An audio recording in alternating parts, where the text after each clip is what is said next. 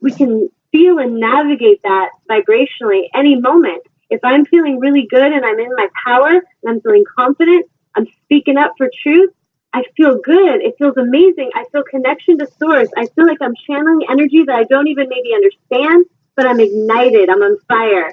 I feel like I have passion and purpose and influence, and I'm very happy. I feel happy. I feel high vibration. This energy, this alignment, you can't trick yourself. It's either there or it's not. Same thing. I could be painting a painting or, just laying in my bed, quiet, listening to gentle music, connecting to my breath. And it's a more peaceful experience of that same alignment. But now I just feel I'm just present. I'm right here. I'm right now. I'm just vibrationally present. I feel at ease. I feel at peace. This is really what every human is ultimately seeking. But some of them just don't know it. Some of them think that if they go and kill a bunch of tribes and kidnap the children and make them become little warriors, and they get drugs and beer and alcohol and drugs, or I said drugs, and they can just intimidate people and then they feel more powerful.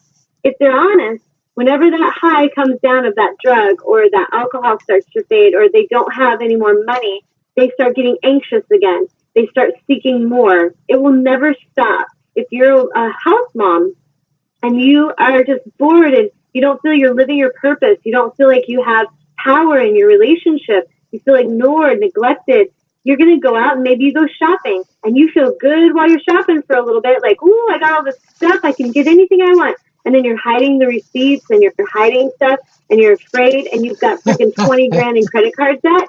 You feel like crap. The anxiety comes back and you start to feel anxious. You start to feel fear. This is the energy that no matter what form we're seeking, if it's out of alignment, it will always give us this rush followed by this anxious feeling.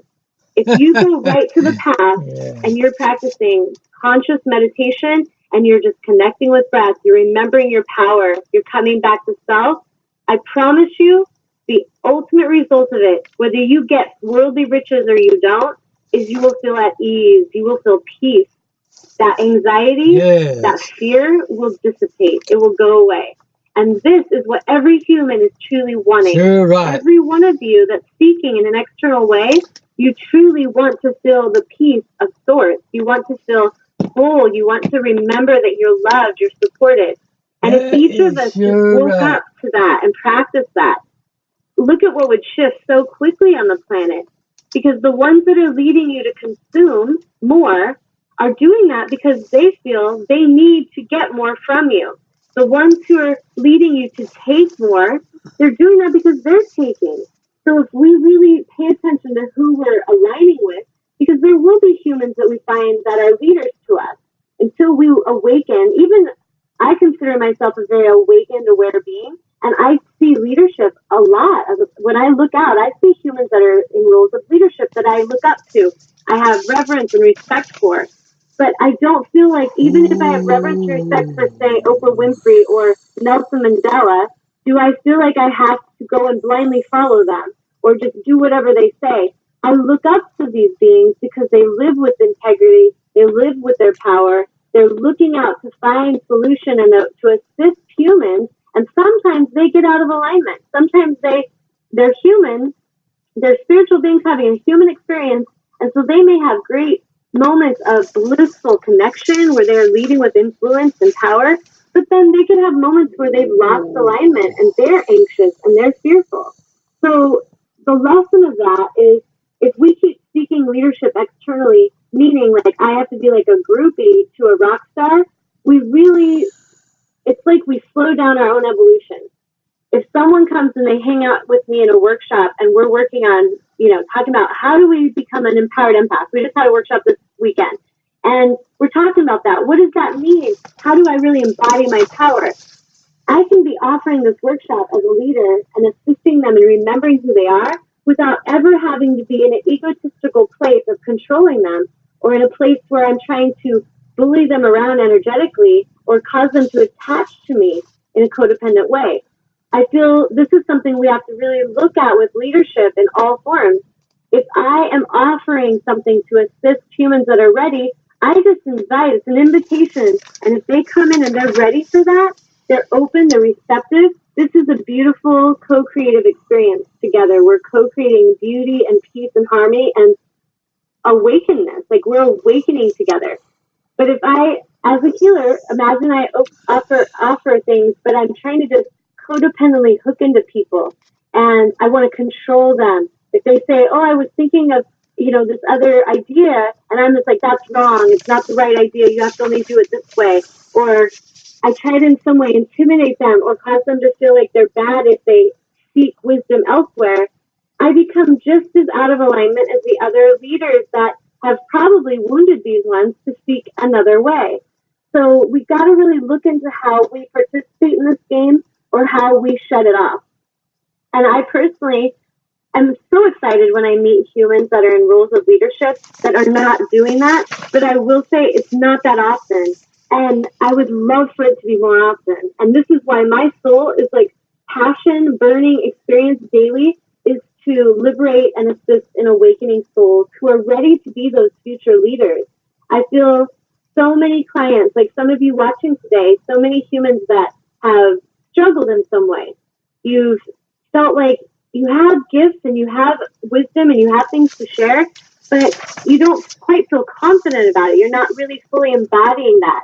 This is what I love as a healer to assist with. And it may not be that I see you very often. Some humans that I work with, I'll see them once and years later run into them and they're like, "Tanya, everything you said, I really listened to it and I'm living my life totally with integrity and I am rocking and my life is awesome. And look at all the things that I've done and how much I've changed." And I'm just like, sweet, because my highest goal is if I can help someone to get it that quick and I don't see them again, that is perfect. Because we just turned another light on and that light is shining somewhere on the planet. It doesn't need to stay in my part of the universe. As long as I can assist in turning it on and it goes and it's helping turn on others, that's what matters. So do you see sometimes how in leadership roles we got to watch that?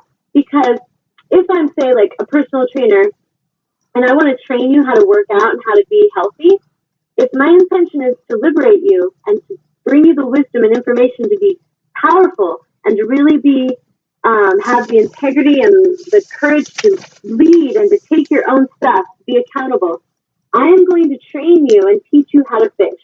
I'm going to teach you how to do it and step back and give you opportunity to explore that. And then if you tune in and need questions, I will help you. This is the same way I feel we need to parent our children. Show them and guide them, but then step back and let them figure it out. Let them find the way. If we're always doing everything for them, they just become very codependent to us.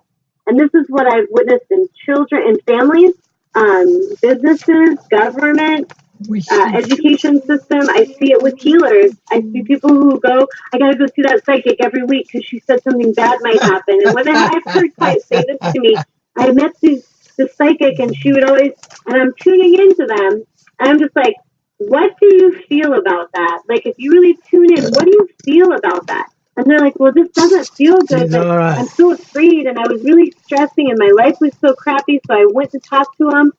This is what we have to watch out for. People who go looking for these answers externally when they're in fear and panic, and you are seeking all the wrong places. You could end up joining some religious cult in that energy. You could end up joining the military and murdering somebody else's baby in that energy. And this is the thing. We can all talk fluffy about this stuff and pretend it's, oh, that's just the way it is. I don't agree. I feel like every breath I take is valuable. Every moment I'm on this planet, I feel is valuable and has the power and potential to create shifts. Imagine if every human I'm influencing today has that same igniting of light goes on inside of them and they stop participating in misalignment. And you don't have to become rigid and serious and angry. In fact, I don't know, people that really hang out with me, I think that's partly what they love about me. Is they're like, "Tanya's just pretty chill. She's playful. She says it like it is, and she's funny, and she lives it in her own life. She lives with alignment." That is what I feel all of us really, that's all we need to do, is to just be honorable. Don't betray yourself another day. Don't go into that job and suck it up and just bite your tongue and go home and scream at your husband because you hate that place another day. Don't go and bark orders at your children and treat them like they're nothing, or go out and mistreat animals like they don't have a soul because you just have been doing it all this time and because it's just the job you have to. There's a reason you can't sleep at night. There's a reason that you feel sick in your stomach and anxious because you are living out of alignment. It's as simple as that. And we all have the power and the choice to use every breath, every moment on this planet with purpose and power and to be present. Or we have the opportunity to just go numbly and blend into the flock and continue following the insanity. That's a choice. So I'm going to just pause. And is there any other feedback from the response or any other questions? No, Eileen put a link in there about an aligned article speaking about what we teach to children about emotion and behaviors. You can look at it later. There's a link that Do you want to share what it is just for anyone listening so they can if they want to look it up? I can't see the whole thing. Oh, okay. Okay. Wait a second. I may be able to do this. Well, if anybody wants to write anything else, write back to me. Abundant Life Children.com 2012 04 /2012/04/18. The people are not going to remember it. They need to go there and click on it. Okay. Well, if you're on the live feed, go look at what she's sharing with you if you'd like, and just copy that. All right. So today I drew an animal totem card, and it's very fitting for our topic today. It's the lion, which is number 11, and it's interesting because I had a friend today write in on Facebook, and he's like, "I'm seeing 1111 a lot, Tanya. What does that mean?" And so I wrote him back and talked to him about, pay attention. What were you just thinking? What were you just making a decision about, or asking for to the universe when you see that number? Because a lot of times it's not just a number in numerology or an animal totem shows up, but what are you thinking about right then? What are you contemplating? What did you just put out vibrationally to the universe? Because the more aware we are of that, the more aware we will be of what answer is coming back. So number 11 in the lion, all about leadership, integrity, aligning with our soul's highest mission, realizing that our angels and guides are very much with us at this time and that they are assisting in our awakening. It's like a code of consciousness that is awakening in you, and an evolutionary spiral opportunity is being presented. So right now, as you're listening, you could just be like listening while you're folding laundry and not really tuning in, or you could really be listening and be like, whoa, I was just asking for guidance and if I should do this or this. And she's speaking right now all about integrity, about honoring my own path, about having the courage and conviction of my own heart and to follow it. And bam, this is the discussion, 1111. Now she's talking about the lion. We can really understand that that is not a coincidence and that this is the universe responding to your question or your whatever you were contemplating. So I'm going to read to you the lion card today. And this one represents power, loyalty, leadership, and family. From the gods of ancient Egypt to the goddess of Egypt, from Hinduism to Buddhism, family crests and coat of arms, lion has long been embraced as a symbol of strength, courage, and dignity. Sacred protector of the thrones, palaces, and shrines, lion is the guardian of our quest to live our highest values in life. In the ancient art of alchemy, lion symbolizes the purified attributes of gold. With a roar that can be heard up to 5 miles away, a running speed of 50 miles per hour, and an ability to leap as far as 36 feet in one bound, lion embodies the essence of physical prowess. Lord of cats and king of the animal kingdom, there is one special difference between lion and virtually every other member of the cat species: family. While most cats live solitary existence, lion's path is one of belonging, teamwork, and togetherness. And I want to really have you tune into that, because sometimes when we feel that we are living in alignment and we see the world isn't doing that, we can start to feel like we're pulling back, we're like retreating, become very like introverted. So really tune into when you're a lion, you're not necessarily tucking away and hiding. When you embody lion, you are all about teamwork. You're all about that leadership and really belonging to the tribe. And maybe right now you're just starting to wake up and find your tribe. Who are my tribe? Who are my soul family that I have come here